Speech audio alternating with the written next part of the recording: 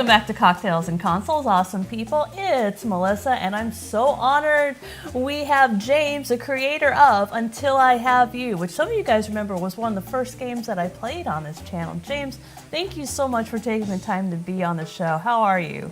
I'm good. How are you? I'm good. I have to cut you off and say that it's also an honor to be on this channel. Oh, shucks.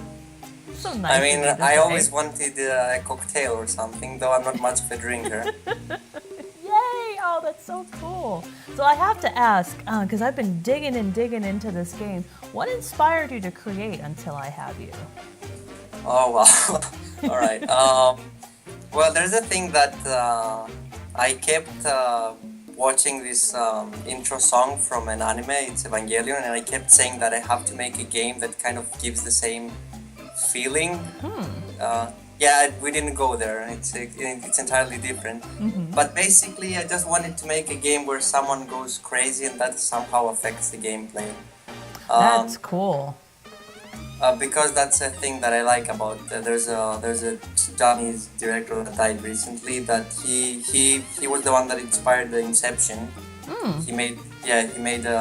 He used his thing, his signature was that he always blended dream with reality, and I wanted to give it a shot. That is very cool. And I also wanted to kind of make the typical trope, damsel in distress guy, macho guy goes and save her, but I wanted to kind of add a twist to that because basically, and it's obvious to whoever plays the game that he's kind of a delusional bastard, I guess. Yeah, you can definitely see that in the video recordings in the apartment. Yeah, he's full of himself. He thinks he's the central piece of the story. Right. When he's that not. He should be actually, but not that he is. But he feels like as if he should be the guy. I mean, the guy practically says himself the artist. He doesn't go by any name. He just says, "My name is the artist." That's what he says. And in the intro, he says that he would rather be called a mass murderer, a terrorist, but not a thief. He despises being lesser in his work. That is so cool. So what inspired you? Because your game has a very interesting mechanic I've never seen before, and it's that like whip jump effect with the mouse. So you can either jump a little bit or you can jump a whole lot, but you really have to be in control of the mouse almost at all times, because otherwise your character will take several steps off of a lot of platforms. Yeah, I know. Well, of course there is a keyboard and controller, so right. But if you wanna go through the masochistic experience of the mouse. But the thing is that I've never coded a platformer before, so I thought, if I do it with a keyboard, I would, find someone else's code and rip it off, and I didn't want to do that. So I said, how can I, keep this a challenge and still do it? And I thought, I'm not a very smart man. I thought, let's just do a platformer with the mouse. I mean, nobody has done it before, and there's a reason. That's very unique, and I like. It's a little frustrating at first because it's challenging, but that's still a good thing, because I think a lot of platformers now it's almost like handed to you, like, oh, here's how you easily get through the game. If there's no challenge, it's not fun. Yeah, I think the main issue with platformers nowadays is, aside for the Meat Boy and that kind of stuff, is they basically just go to the Metroidvania thing. It's basically you explore forever, and that I never liked that. I just wanted something fast-paced and action-wise and very free to what you can do. You can speed run the level, you can kill everyone, you can kill, you can do things. You can fall off platforms, which is very fun.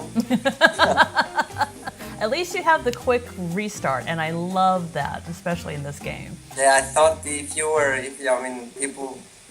The thing that I kind of dislike with Hotline Miami, which is an amazing game, and I've made a whole. This game is basically tributed in a way. I can see that. I dislike the fact that you had to press R. I preferred if that was instant. Even in Hotline Miami myself, I died 10 times per stage. It doesn't have many stages, but yeah. I just wanted, I thought if it's gonna have many deaths, and it does, let's just, let's not annoy people, because even 1 second there would be like, come on. Right? We have very short Yeah. attention spans. Yeah, I know, but at least that's definitely a positive part. Yeah, no, that's really good. And I like that because it shows that you're taking in consideration the user experience while you're building the game, which for some developers, it's actually kind of easy for them to separate themselves from their work. They're looking at it from a creator standpoint, and sometimes it's hard to look at it from both a creator standpoint and a user standpoint. And I think your game does it well. Yeah, the thing is that I think more creators, they spend a lot. I mean, everyone spends a lot of time on something. I spent like almost 2 years on this game, but the thing is that they kind of get, they feel good about themselves and what they have achieved, and they kind of get annoyed at the first time someone says otherwise, even if it's irrelevant if it's true or not. I mean, if that person, the fact that he didn't like, for example, I don't know, Hyper Light Drifter, it's an amazing game. That's a good game. Yeah, I mean, someone can say that, but and that kind of gets you down if you spend 2 years of your life on that. Right? Yeah, you kind of want people Yeah. to love it as much as you do, and Yeah, not you're everyone excited, does. and someone kind of rains on your parade, and you're like, yeah, it kind of destroys your day. But there are moments, there are moments where someone comes and says that he liked the game or he found it amazing. I haven't heard those words, but it's okay. One day, I mean, people have said that, but it's okay. That was very arrogant, but still, people have said that. That's the truth. And where was I going with this? I lost my mind. But yeah, I think it's a silly thing to do to distance yourself from the community. Right. Regardless of how big of a developer you are. I mean, even if you are, publishing Until I Have You, creating Until I Have You, or games like Until I Have You, or for example, Light Drifter, which is basically, it's not an indie game anymore. It's a big title. Or Hotline Miami 2, which headlined, if I remember correctly, it was not E3, it was Gamescom. I don't know, but it headlined something above Grand Theft Auto. So it's not an indie game anymore. Right. I mean, and they have said that, for example, their game was banned in Australia, and they said, you guys can pirate it if you want. Oh, And really?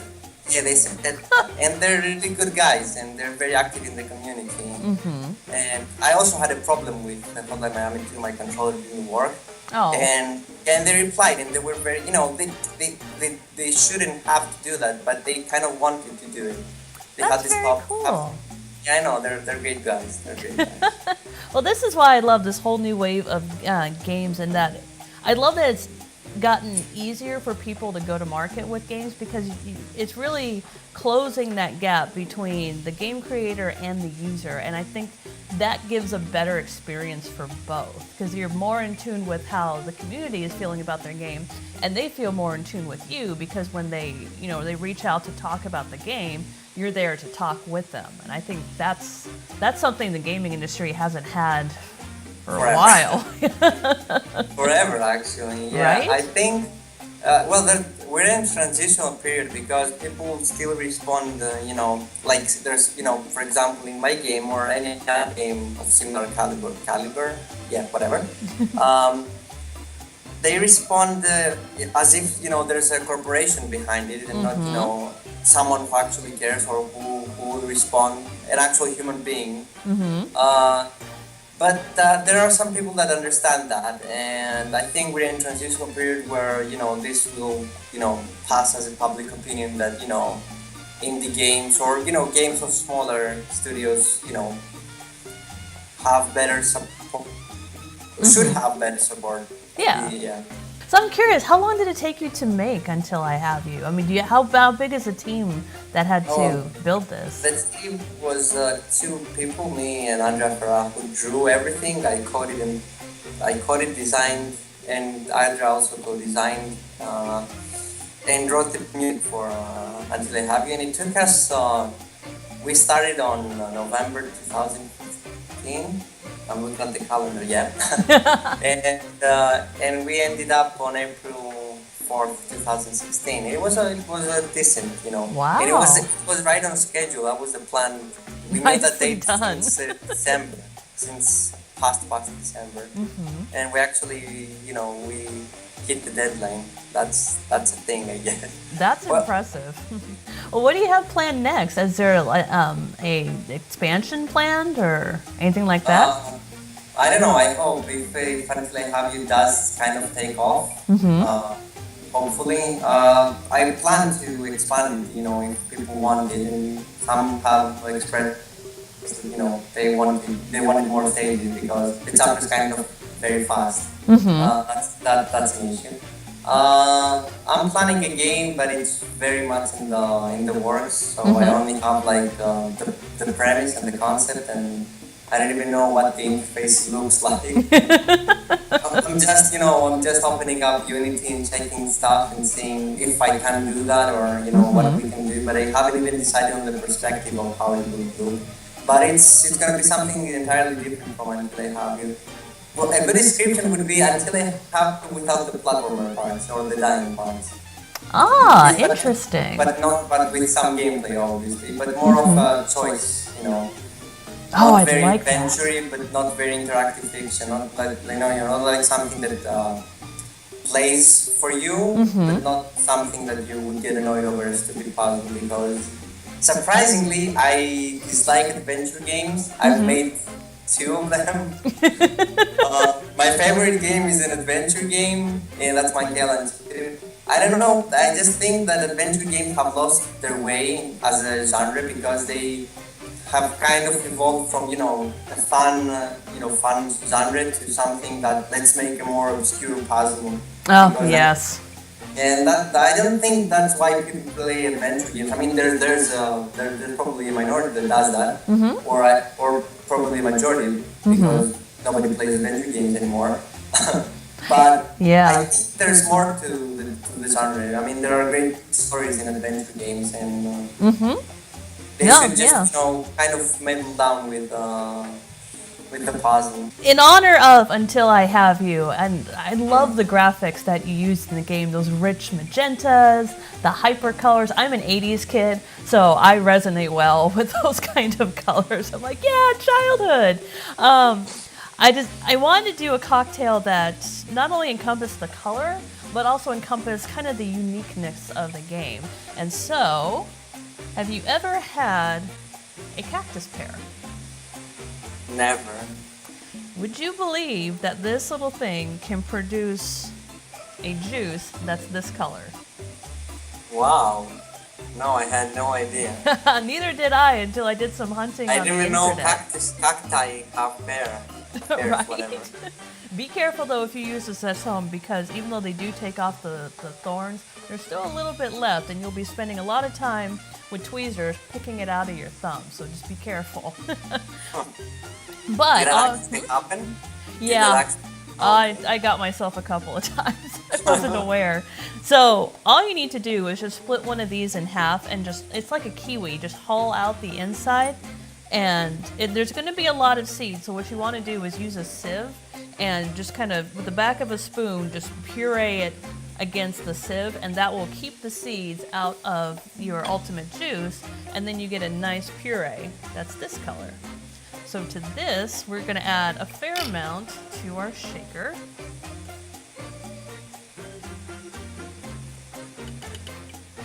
Now the flavor, it's so interesting and soft at the same time. It's got like grassy notes, some juiciness to it, and that's just in the fruit. To that, we're going to add about an ounce of blood orange liqueur. Okay. To help round that out. And then, of course, to supercharge this, we're going to use a 2-to-1 ratio of gin and vodka. All right. That would probably get anyone drunk. Right? So, we'll take our mix here, and because it is gin, remember, you want to, let me do this away from the mic, you want to stir, but don't shake. Because James Bond was wrong. You never, ever, ever, ever shake gin. But it was a cool line. It was a very cool line. And then we're gonna pour it into our cocktail. And then with the club soda, lift it up so you can see. We're gonna top it off. That's pretty. That's like a Cosmo drink. No, it's not. I don't know. I've never seen a Cosmo one. I've heard people order it. I've never seen one actually in front of me. Have you drunk that? Yes, I tested quite a few of these. It's very unique. How can I best describe it? It's kind of like your game. It's hard to describe what makes it so good, but it is really good. And here it is. All right, cheers. Cheers. And because it's your cocktail, you get to name it. All right. I think the artist's Demise. Oh, I like that. The artist's Demise. I mean, there have been worse names on cocktails, like Sex on the Beach. Right, and, blowjob and all that kind of crap. Yeah, Hail Mary, I think, is one. Isn't that a cocktail? I mean, there's Cosmopolitan. Again, that's not a name. Thank you so much for being on the show. I'm so honored every time we get, game creators on the show, and I love having you guys here because it's, talking about like breaking down that wall between game creators and game players. That's why I love to do this, to show people that you can actually talk to him on Twitter. He talks to me. I'm like, oh my God, somebody create a game, talk to me. Yeah, I'm gonna put his Twitter information somewhere in this frame. I still can't quite get my directions on where I'm standing versus where I'm editing and where that content will go, but it will be somewhere on the screen. Check out Until I Have You. Talk to James. He's such a cool guy. I cannot wait for your new titles to come out, and I'm still plugging away. I'm gonna beat this game, I swear. Well, James, thank you so much, and thank you for having me. Oh, anytime. Your next pleasure. game, let me know, and we'll do another one. Well, thank you, James, and I will see you awesome people in the